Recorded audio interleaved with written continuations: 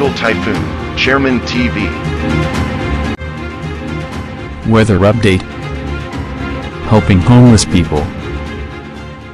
Please subscribe.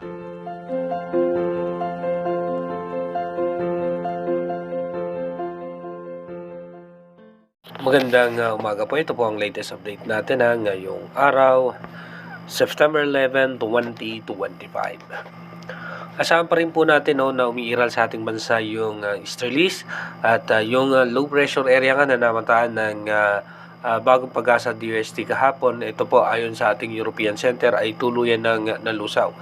Asahan pa rin po natin magkakaroon ng mga posibleng mga biglaang pagbuhos ng pagulan dito nga po sa may Central Luzon, including Metro Manila, kasama rin po dyan ng Bicol Region, dito po sa may Quezon, sa may Polillo Island, asahan din po natin sa Mindoro Provinces, ilang bahagi ng Visayas, at ganun din po sa western section ng Mindanao. Makulimlim na kaulapan sa may parte naman po ng Palawan at ilang bahagi ng Northern Luzon. At tayo naman po sa ating advanced weather forecast ng European Center, meron po nga tayong ine-expect na posibleng sama ng panahon o bagyo na mabubuo at dito nga po sa loob ng ating Philippine Area of Responsibility, pero as of now ito po ay posibleng mababa ang tsansa ng landfall scenario.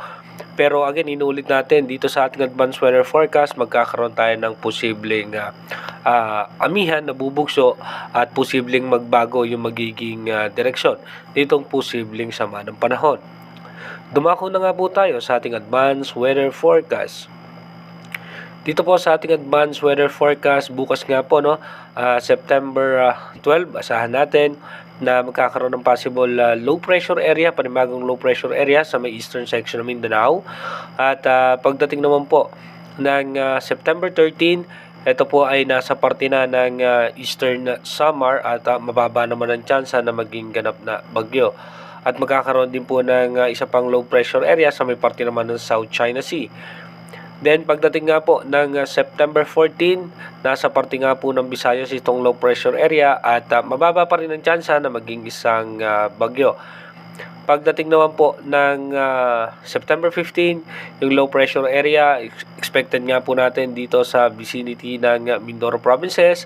At pagdating naman po ng September 16, ito po ay nasa northern portion ng Palawan.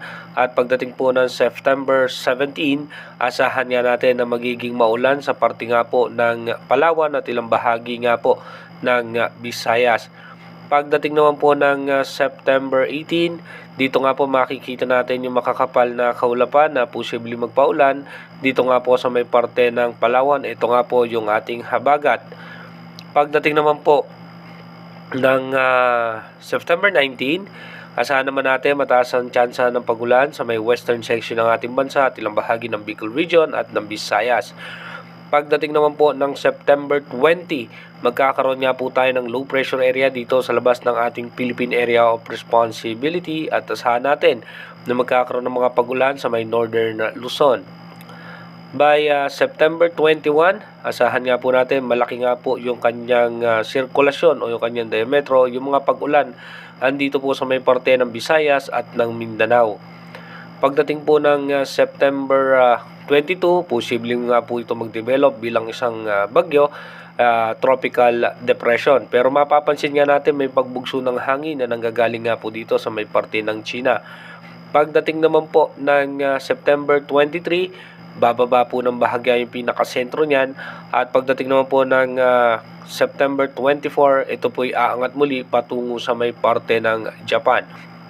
Pero again, makikita naman natin sa ating monitor na may pagbugso nga po ng posibleng amihan or yung ating tinatawag na northeasterly surface wind flow ay malaki po ang tsansa na magbago itong nakikita natin sa ating monitor na posibleng direksyon nung sama ng panahon na kung mapapansin natin makakapal lang kaulapan na posibleng magdala po yan ng pagulan.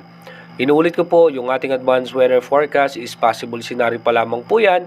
Malaki pa rin po ang tsansa na magbago po lahat yan. Kaya manatili tayong tumutok sa ating advanced weather forecast para malaman natin yung mga posibleng sama ng panahon na makakaapekto sa ating bansa. Mag-iingat po tayo palagi. God bless po sa ating lahat.